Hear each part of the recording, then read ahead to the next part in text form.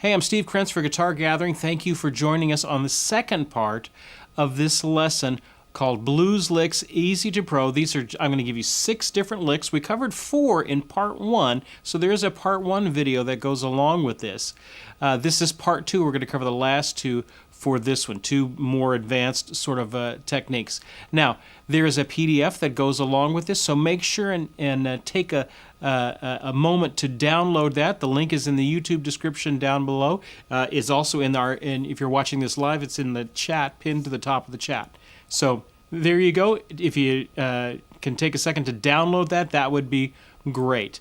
So you can follow along with us. Now, in part 1, we covered 4 great licks. Let's just review those really quickly. The first one on page 1, in the PDF, I give you the lick, I give you the music notation, I give you the tab, the chord shape, everything like that. So the first one is just this little 7th chord hammer-on. So we're going to be basing off of a G blues, and you'll hear this all the time. So this is my root is actually going to be on the 1st string. Usually have roots on the 6th or the 5th, but I'm going to have my G, the root of this G 7th chord. And then I'm just going to hammer on from the full bar over the 4 strings with my 1st finger. I'm going to hammer on with my 2nd finger on that 3rd string. So you end up with something that sounds like this. That little blump in there. And then if I wanted to go to, let's say, C, which would be the 4 chord if in the key of G, then I just go up here to C. And I do that little hammer on there. So we talked about how you can apply that in different forms. That's a simple little one, a little hammer-on trick that you can do there. The second lick that we covered in part 1 was kind of a 7th back and forth, where we're introducing this bar shape with the 3rd finger. So I'm back in G, and then I add my little 3rd finger bar here. Remember that? And you can do that on all the different chords there. The 3rd lick we talked about on page 3 was kind of a slide, kind of a 3rd up to the root.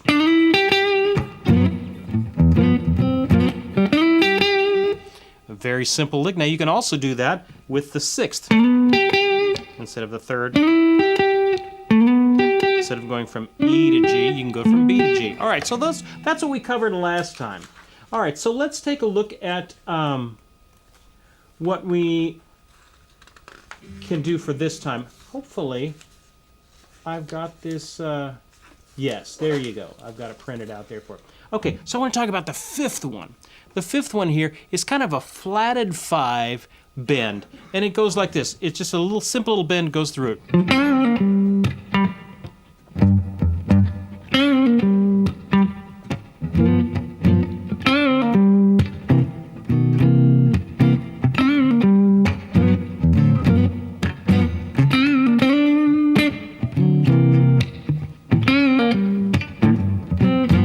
All right, so what is that? Okay, that's the lick. I've got it written out there on page 4, or excuse me, page 5. It starts at the top of the page 5. All right, so here's the deal with this lick. You kind of stay in the key. So I'm not necessarily going off of the individual chord, the 1 chord, the 4 chord, the 5 chord. I'm kind of staying within the key. So in our key that we've been playing in is the key of G. So it's based off of this minor pentatonic shape, which everybody uses, okay? But we're just going to take one small part of that. We're going to take the pentatonic shape that is happening on the 3rd and 4th strings. And right here, 1 to 3, 1 to 3. And that's the note we're going to particularly focus on here, is this 3rd finger on the 3rd string up at the 5th fret. That part of the shape here, that's going to be our magic note that we're going to take and we're going to make that bluesy. All right, so we're going to kind of bend that up to the flatted 5th. In the key of G, the flatted 5th note in the key of G is a very bluesy sounding note, and that's this note. Now, you don't want to just hit it straight on, it's too dissonant. But if I just kind of tap it,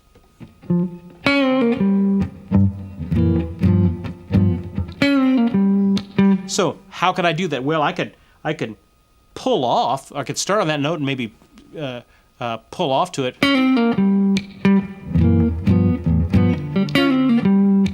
So I could do that.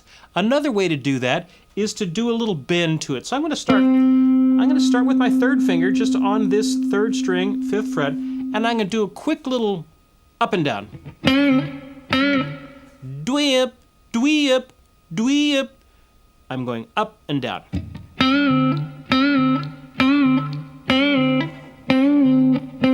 If I slowed it down, it'd be.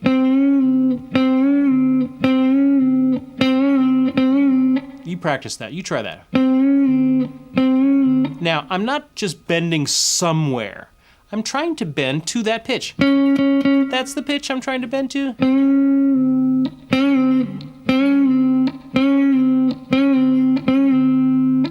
And then I'm going to spin out of that little twist right there with my first finger on the 3rd string and then my 3rd finger on the 4th string. So I get this little... So I end up back on the root, which is the G.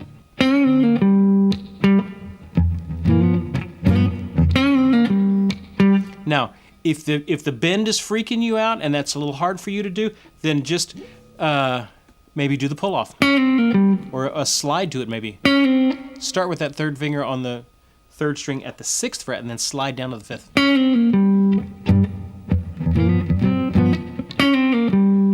So that's one way to simplify it.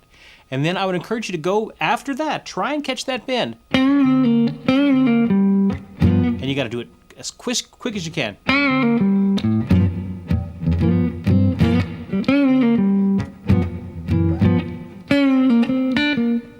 That is the magic note right there.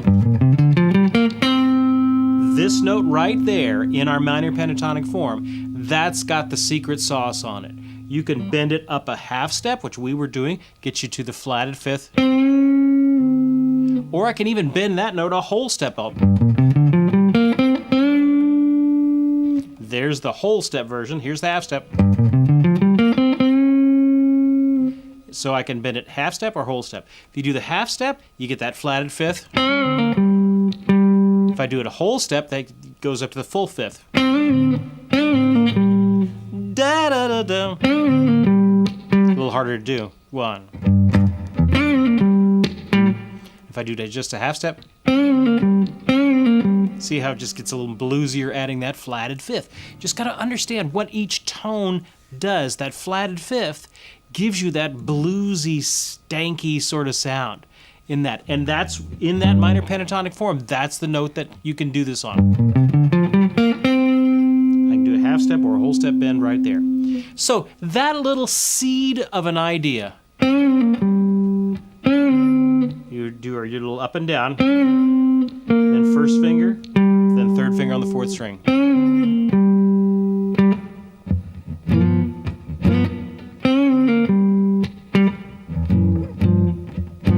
Now, so let's say it's time to get to the 4 chord.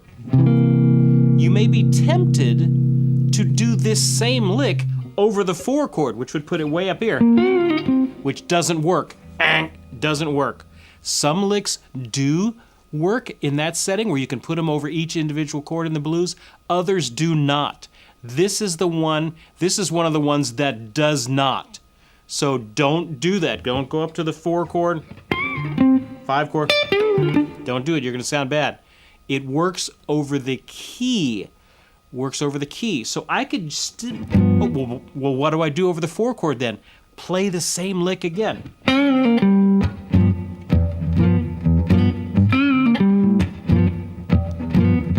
Here it is. It worked equally as well over the 1 and the 4 in the same spot. So the one thing you need to memorize on that is don't jump this lick through the various chords. It's not going to work. Well, what do you do over the 5 chord, which would be a D7 in the key of G? Well, what could I do over that? Well, I could maybe spin out of it differently, and instead of ending on the G, I could maybe end on a D.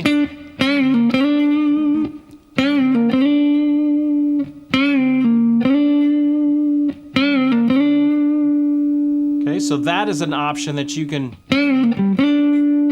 I have it written there as going down to the D. The G, you don't have to do that. You don't have to do that. You can just go and go right up to it if you don't even want to mess around with going down to that G. Just stay all on that third string. Okay? So you can do that.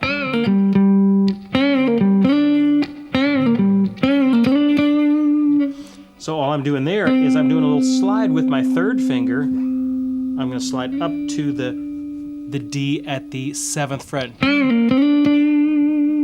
But Steve, isn't there a D right there? Yes, there sure is, but I can't slide to it. I mean, I can play it. But you see how it loses some of the stank? Some of the stank on it, okay? It just doesn't, it loses some of the bluesiness of it. So, but if I slide up to it here at the 7th fret, there we go. We got it back again. Okay? So now this is just a little seed of an idea. Now I can take this seed and do other things with it.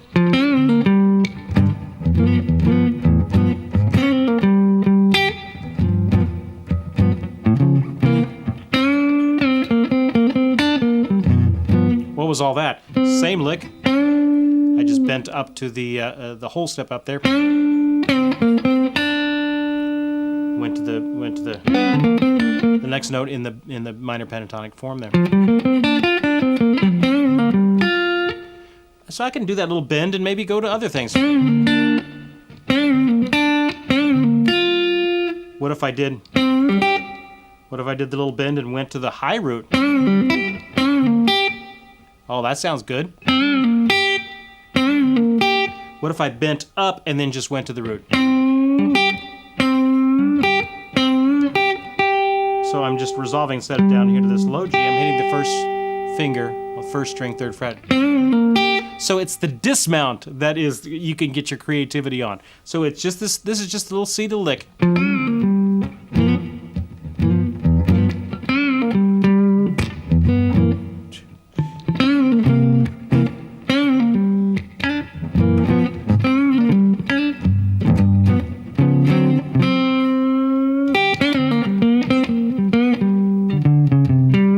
You see how it's all just the same lick.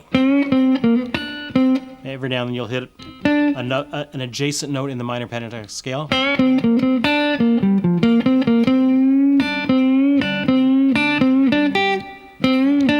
What if I did a bend from this 3rd finger up and then hit the D there with my 1st finger on the 2nd string and then roll down to catch the G on the 1st string, so you end up with something like this.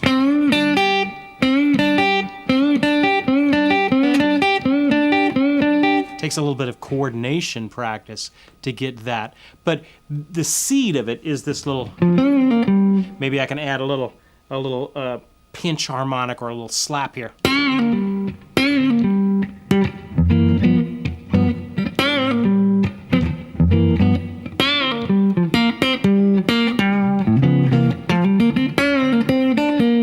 I'm just dancing around, and then when I get to that one note, then I can bend.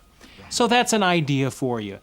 Again, don't look at it as just one idea. Look at all of the different things that you can do with just a seed of it. Try spitting out different ways.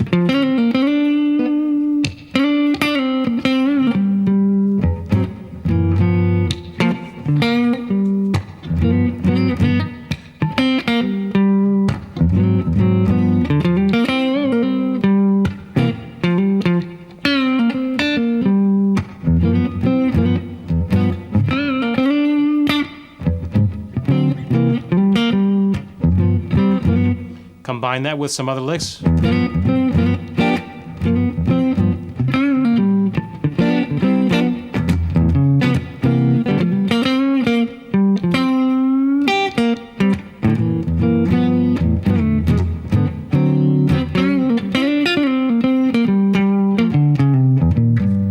Went right down the pentatonic scale with the added blues note there. There you go. Just some ideas. Just some ideas. It's not the most complicated lick in the world, but you hear it all the time in blues. Hey, all right, let's squeeze one more concept in you. Take a look at the page 5. Okay? So we got our blues lick number 6. Okay? We've talked about this one before. We did a live lesson, 5 easy blues licks, and this was in there too. So this is a sliding blues lick. We've covered this a couple of times before, but this is what that is. It's so iconic that I thought I would throw that in there. Some of you are asking about the picking. What am I doing on this lick? I'm picking the first. I'm really only picking the first and the last note.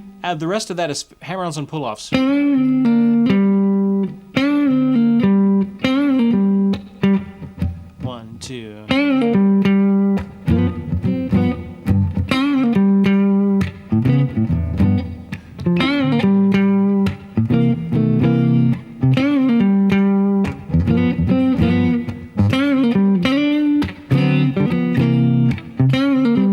So I'm just really picking the 3rd string at the 5th fret, that first note, and then the last note, okay? And the rest of that is just a pull-off. That's a pull-off there. There you go. It's amazing how efficient you can get on your picking if you just use pull-offs with anything that is on the same string, but when you need to change a string, then you use you have to repick that string. But anything that you're not changing a string on, if you do hammer-ons and pull-offs, if you got your hammer-ons and pull-offs nice and strong, you don't have to pick so much. So that's a good question for that. Take a look at this last lick. This is more of an advanced lick. These sliding 6, again, this is just a seed, and you can do a million different directions with it. All right, so let's switch to the key of A. So I've got 2 different ways. Here it is. It's a sliding 6 lick. So let me play it for you.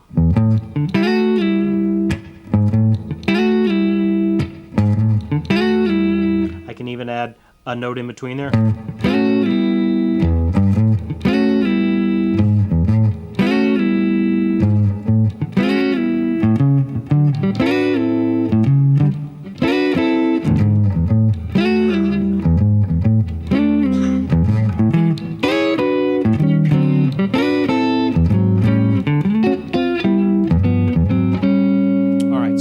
Let's learn what that is. There's kind of a 2-note version and a 3-note version of that one. So we're in the key of A for this example here. And I'm going to take this particular interval.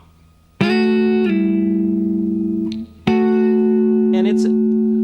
you can play it with your 3rd and your pinky, your 3rd being on the 4th string at the 7th fret and your pinky being on the 2nd string at the 7th fret.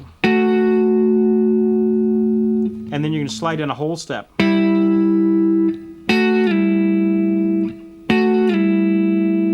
I'm using a little hybrid picking thing there where I'm picking the lower note, and then with my ring finger, I'm picking the 2nd string note. Now you don't have to do that. I could do it all pick and just mute that inner string.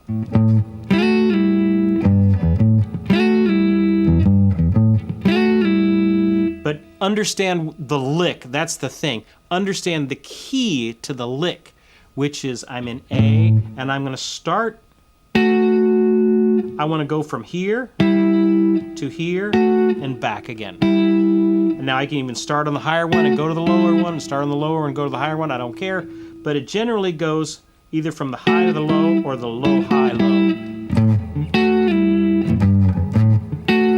If I did the starting at the low one, you can do a quick little slide up there.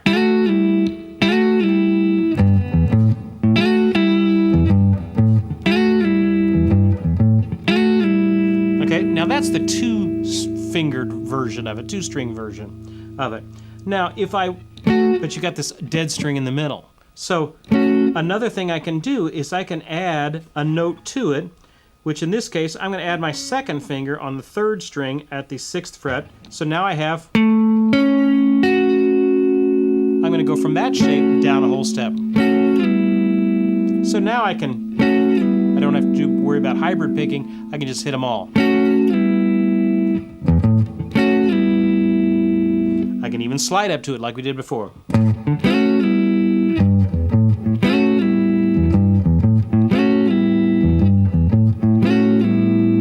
Okay, so I got a 2-note version.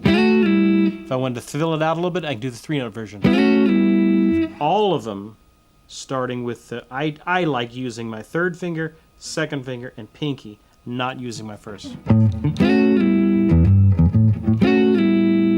Okay, now, so what do you do on a D chord? Okay, well, so on a D chord, this is the type of lick that I can use it over the various chords. So I could go all the way up here to D, and then if I'm in this shape with my 6th finger or 6th string D here, then the note I'm trying to go for is at the, what is that, the 11th and 12th. Do you see how it's forming a shape? 5, I go to the E, same thing. Now, that's a lot of shifting. So you can, if you find yourself doing a lot of shifting, you can go to a different string set, and it puts you in a different part of the guitar using the same note. So if I took this this D note, okay, that's good. If I moved exactly those notes up to the 1st, 2nd, and 3rd strings, it conveniently makes a little bar. And I'm going to play that bar with my 3rd finger. And now I just slide that down 2 frets. So when I'm on the D chord,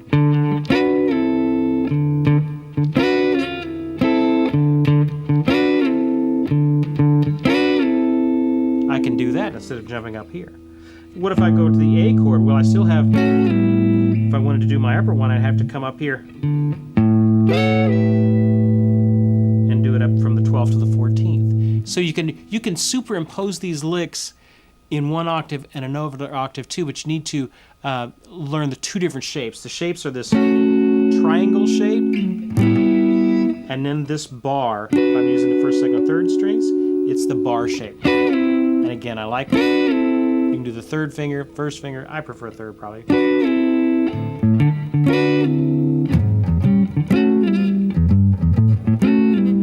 All right, so what can you do over the 5 chord? Well, then you do just the same lick, just 2 frets higher. So I would be going then from the 7th to the 9th. And then very common lick. So I gave you a little tune there, page 6, a little blues riff song. Let me see if I can figure this out.